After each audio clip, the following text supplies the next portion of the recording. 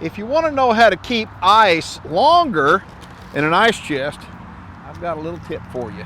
What I like to do is fill the ice chest up full of nice cool water before I ever put ice in it. By doing so, it's going to chill down the entire ice chest.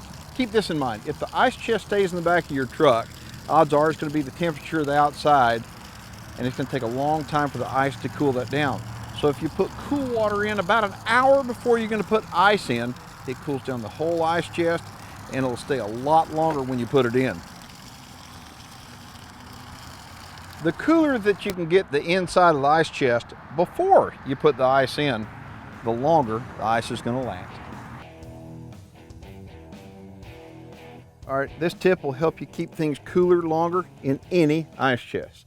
First off, block ice melts a whole lot slower than does crushed ice.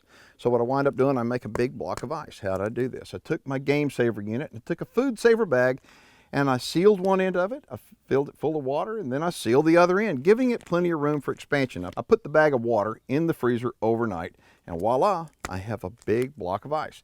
Now, like I said, block ice melts a lot slower than crushed ice does, so this will keep things a lot cooler a lot longer. Plus, at the same time, if you run out of water, take your pocket knife, cut a hole in the bag, and you got nice fresh water. Gun cases.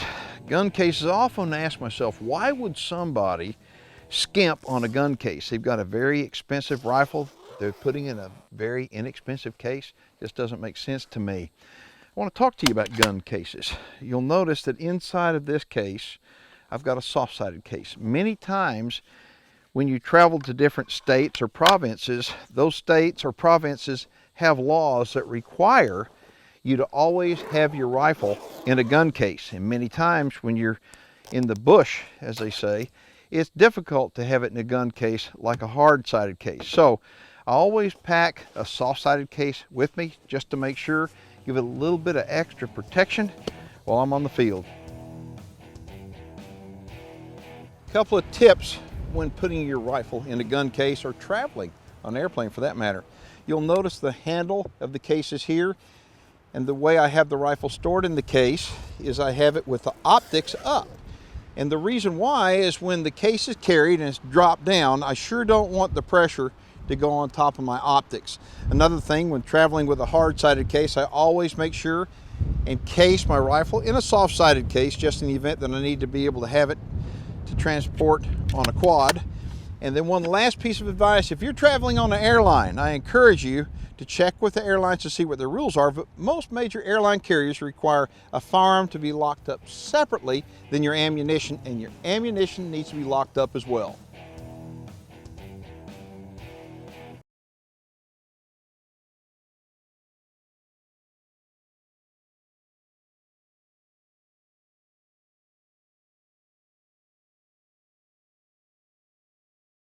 No UV brighteners. That's very, very important.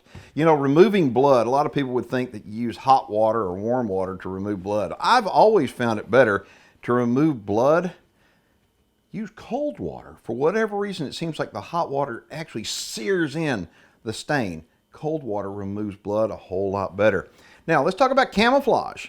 Camouflage. How many times, if you've had camouflage for years and years, and you've washed them 100 times, say, the camouflage starts to fade. What I wind up doing to keep the fading to a minimum, use the right soap, but also turn them inside out.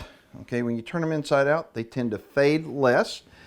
Remember, wash them on cold water and use a good quality soap that has no UV brighteners. You know, some knives are just really hard to sharpen, and other knives, once you get them sharp, it's hard to keep them sharp. Same with scissors. If you have a hard time sharpening knives, keeping the knife sharp in your kitchen or your hunting knives for that matter, and you want something simple, a simple way to kind of keep everything sharp, I'm going to show you this knife sharpener here, right here. It is so slick and easy, you won't believe it. And it'll take a dull knife very quickly and it will sharpen it up nicely. All you wind up doing is take this and you put your knife on a flat surface. Hold it firm like this. I've got the handle firm all the way down so I know it's not going to slip. If it slips, it could cut you. Make sure you're holding the knife sharpener with your fingers inside the grip. That way it protects you, and then your thumb back up here on the back side. And all you're going to do is come down here, the little groove.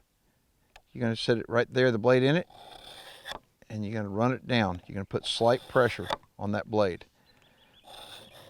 And you can just feel it and hear it cut. And typically, on most knives, 3 to 4 passes will get the job done. Now, as far as scissors go, I mean, sharpening scissors has never been easier than using this tool right here. This tool, you can take, it has a little sharpening stone down on the inside of it. Take your scissors, just your ordinary scissors, and you can take, you do it 2 ways. You take the scissors and insert them in the slot, and you can do it by pushing like that. And you want to keep pressure down, slight pressure down while you're doing it. Whew, that's sharp. Or you can actually do it by pulling. I prefer pushing. But what I'll wind up doing is do it just like you're going to cut the stone on the inside, put the pressure on, just enough pressure that it sharpens the scissors up very nicely. So if you have a problem sharpening either knives or scissors, this little sharpener right here will get the job done. I'm Keith Warren for OpticsPlanet.com.